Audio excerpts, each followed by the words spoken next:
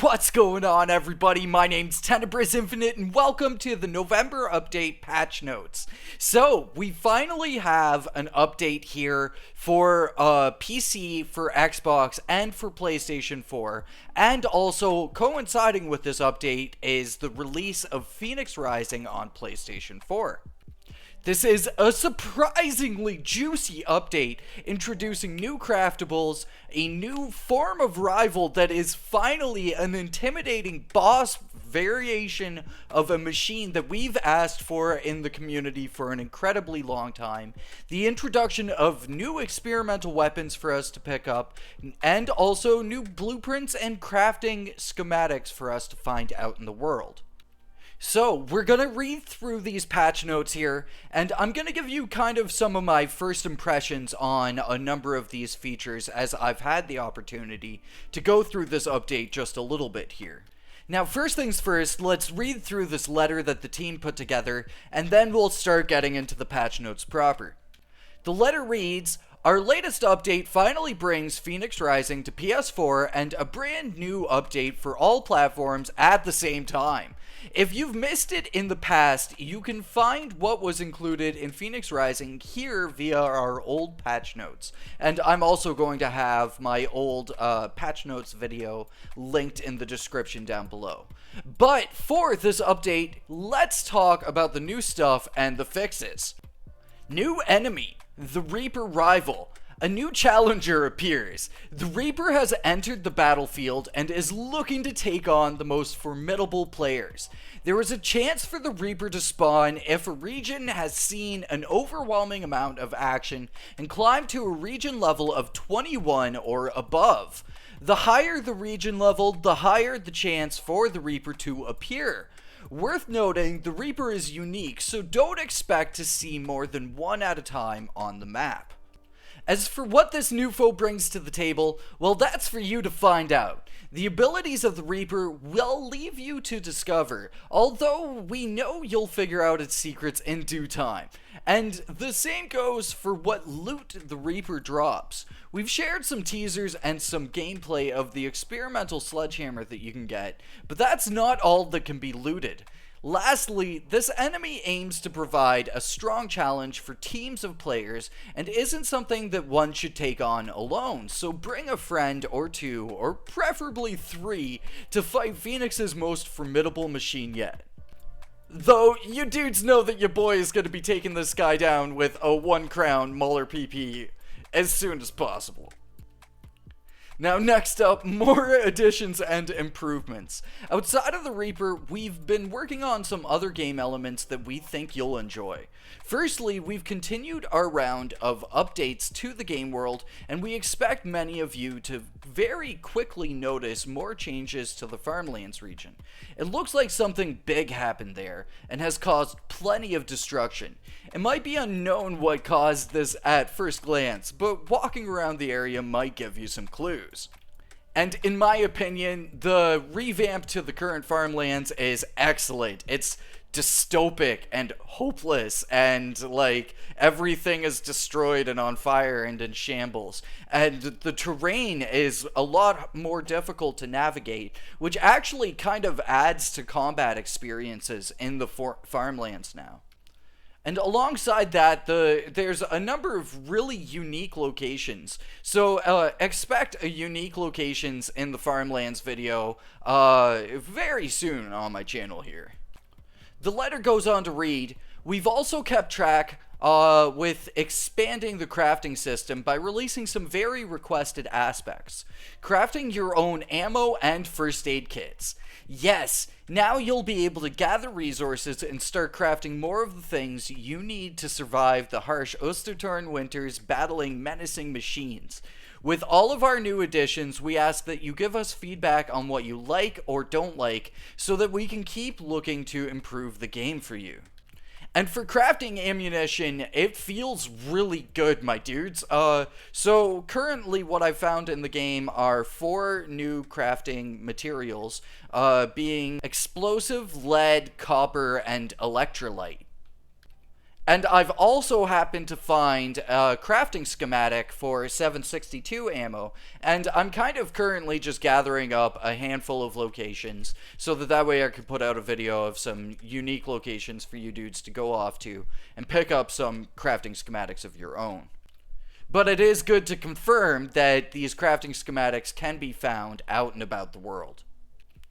Now, I think that this is a great second baby step for crafting, and again, as I said, crafting feels really good in Generation Zero. It fits right into this game. So, it's just exciting to know that this is going to be further expanded on as time goes on, and I can't wait for crafting to bring something really unique to the table. But for now, for the time being, crafting ammo opens up doorways for new types of ammo, and honestly, crafting ammo feels good. So, it's a pleasant addition to the game here. And really honestly hype for what it brings to the table for things moving forwards. Now, let's get to some improvements here before we get to the big heaping pile of bug fixes. For improvements, here we go. The things we've tweaked in the latest update, many of which were taken directly from your feedback. So the first thing is they've toned down the number of reinforcements that a harvester can call in. So harvester hunter farming has been nerfed, but luckily enough, this is a good thing for newer players that experience harvester reinforcements, so it's not such a impossible thing for them to deal with. And then next up, they've improved the ability to crouch and go prone in certain situations that you feel like you properly fit into the area you're hiding near. And the first thing that comes to mind with this is crouching beside bushes. And so that's what I tested right off the bat, and it feels good to be able to finally crouch and stand up and go prone in these locations. And then next up, second last here, item slots will remember your last equipped item. So if you run out of first aid kits, then loot one more, it will automatically be assigned to the same slot. And this is great to see because this has been requested in the community for a long time. So it's just gonna kind of ease the game flow, which is great to see. And then lastly, they changed the way that the stamina bar looks and feels. Now next up, let's get to this absolutely dummy thick list of bug fixes that are for all platforms, and some of these fixes are aimed directly at specific platforms. They fixed an issue where the transition between sprinting and walking could be somewhat jarring, so it's a little bit smoother now between sprinting and walking itself, with the way the kind of speed pacing tones down and ramps up. They fixed an issue where items would jump from one hand to the other when swapping a weapon to an item. They fixed an issue where a player would appear to be aiming their gun and standing while riding a bike. Finally, they fixed that. They fixed an issue where Cal's hair would look weird in a specific lighting.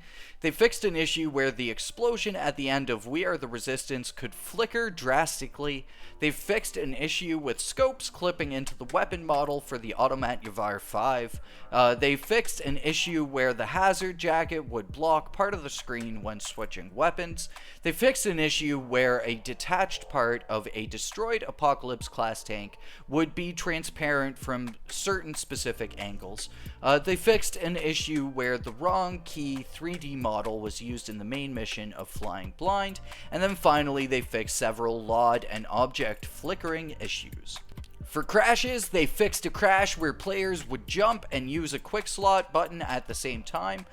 They fixed a bunch of crashes where various combinations of hosts or clients would exit to the main menu in a multiplayer session. They fixed a crash during the multiplayer join sequence for the player joining, and they fixed various out-of-memory crashes. For machines, they fixed an issue where in some instances tanks would walk into hangars. They fixed an issue where tanks could get stuck and behave oddly near the hotel in Himfell. They fixed an issue where the tank would sometimes use the wrong weapon for the situation. They fixed an issue where the incendiary machine gun rounds from a tank would not properly spread to players who were near each other, so now you've got to be a little bit more careful when you're with your group taking down an Apocalypse tank. They fixed an issue where hunters were still able to fire back while staggered by the experimental 12-gauge pump-action shotgun, which means that the experimental 12-gauge got a little bit of a buff, which is nice to see. They fixed a few more instances of machine corpses floating or flying away. They fixed a few instances of hunters not properly repositioning when a player is behind cover. They fixed an issue where hunters were continuing to fire their weapon even though they did not properly have any sort of line of sight to the player. They fixed an issue where harvesters were repeatedly firing their missiles. Then they have also fixed an issue with some ticks using the wrong explosion type in certain instances, and then they fixed an issue where sometimes melee weapons would not deal damage in multiplayer sessions.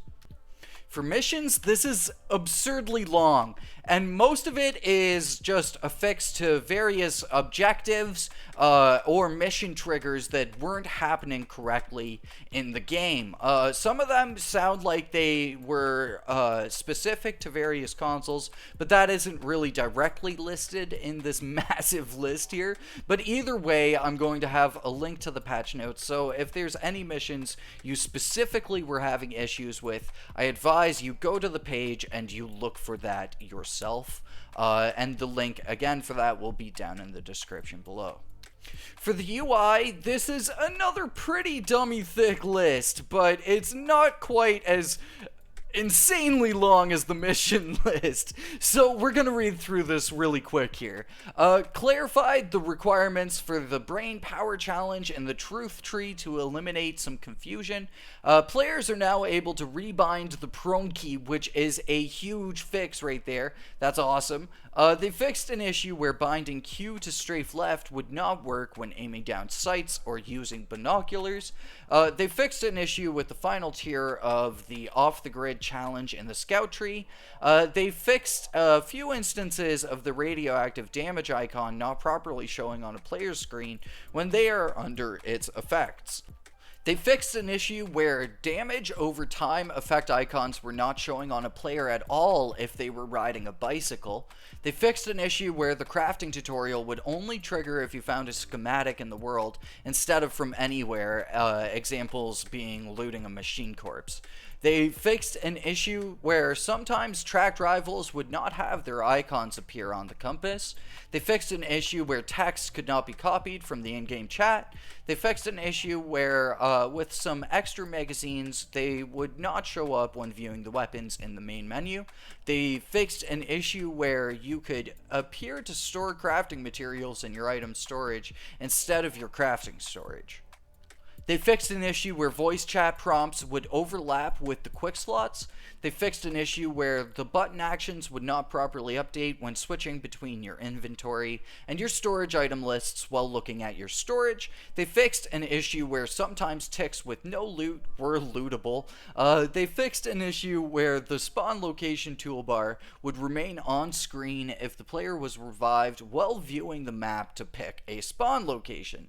They fixed an issue where sometimes the revive or spawn location toolbar would remain on the screen after dying. That's great to see because that's been a long-standing issue.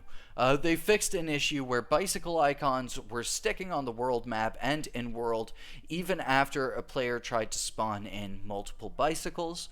They fixed an issue where players could get stuck watching the credits at the end of FNIX Rising if they had the chat window open when the credits started. They fixed an issue where the weight of the player was holding was inconsistent between the storage box and the resource storage. They fixed an issue where the shoes icon for the Imperial crafting station was incorrect. They fixed an issue where sometimes there would be missing text for interaction prompts if the hold to interact setting was set to off. They fixed an issue with icons and interaction prompts appearing on other players' bicycles. They fixed an issue where the salute and air punch emotes were using the same icon. And then finally they fixed an issue where Sten Mira had two icons. Now, that was huge. That was a lot of stuff, but honestly, it's a lot of stuff that is excellent to see. We got a few more things to go through here, and then some known issues. So let's get through this as fast as possible. So for the weapons, they fixed an issue where a player's aim would not be affected by running out of stamina while holding their breath for a sniping shot. Then they also fixed an issue where swinging melee weapons would generate too much noise and would end up alerting faraway enemies, which is great to see because that really didn't make any sense. For the world, they fixed an issue where some players could not see or be affected by machine weapon fire. They fixed an issue where some first aid kits were the wrong model. They fixed an issue where the gnome at Moskar radar station would be automatically picked up when the explosion was triggered. They fixed an issue where some hand-placed items in the world could only be picked up by the first player to grab them in a multiplayer game. They fixed an issue where players could fall through a section of the bridge north of Stenmira and on the bridge at Himfell. They fixed an issue where some windows could be pushed right out of the house. They fixed an issue where players could get stuck in a tent at Brevikin's camping. They fixed an issue where the explosions at Moskar would only play and deal damage to the player that triggered them, leading to a mismatch in experience for all players and multiplayer. They fixed an issue where weapons would sometimes shake like crazy in players' hands when they first join a game, especially melee weapons. Then they fixed an issue where players could throw field radios behind locked doors in order to bypass them. Bummer. Then they fixed an issue where some NPCs in FNIX Rising could be pushed around their room. Then also they fixed an issue where a destroyed container door on the ground could be interacted with and would open. They fixed an issue where some fires were not appropriately causing fire damage. They fixed a few instances of weather appearing inside. They fixed a few instances of players getting stuck on objects. They fixed several issues of terrain and objects clipping through other objects. They fixed several issues of floating objects. They fixed several visual holes in the world. And then also they fixed several instances of excess or missing collisions. Finally, for general, they fixed an issue where it was quite common to get a failed to connect message when attempting to join a multiplayer session. They fixed an issue where the Fashionista achievement was not unlocking properly. They fixed an issue where the final countdown achievement was not unlocking properly. They fixed an issue where sometimes the Eagle Eye challenge would unlock when somebody else would complete it in a multiplayer session. They fixed an issue where a player could still join an invite-only session if the previous player had the friends menu opened before changing the game session. They've upped the max region level from 20 to 25, which is actually a really big change, and means that now we can get a lot more rivals a lot faster in those higher region scores. And also, it means a lot of things, so I'm going to have to test that out and maybe make a video on that. But also, they've added a blueprint collectible for the Apocalypse class Harvester to the world, which is really exciting. I'm going to have to go off and find that right away. And then also various text tweaks for clarity, brevity, or eliminating clutter.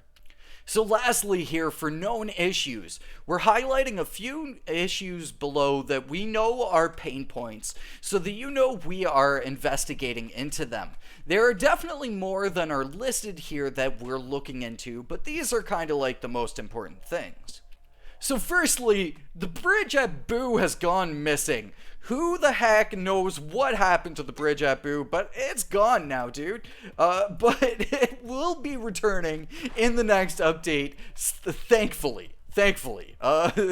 There's missing structures and holes in the ground at FOA 2 base near Normira Artillery Base that will cause players to get stuck if they fall in. Fast traveling out of the hole is possible and will be fixed in the next update. That's probably caused by the Reaper, just causing some in-game issues as it probably should.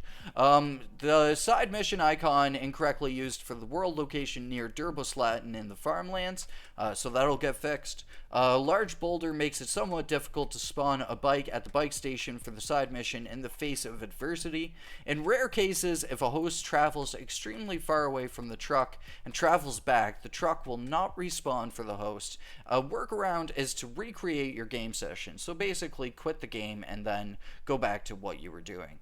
The number key and number star key have issues with being rebound on German keyboards. Destroying the sight organs of a tank does not impair its sight ability, so that's still something they're working on, but is exciting to see because that's, again, going to add a new level of tactical decision making that you can make when you're fighting a tank.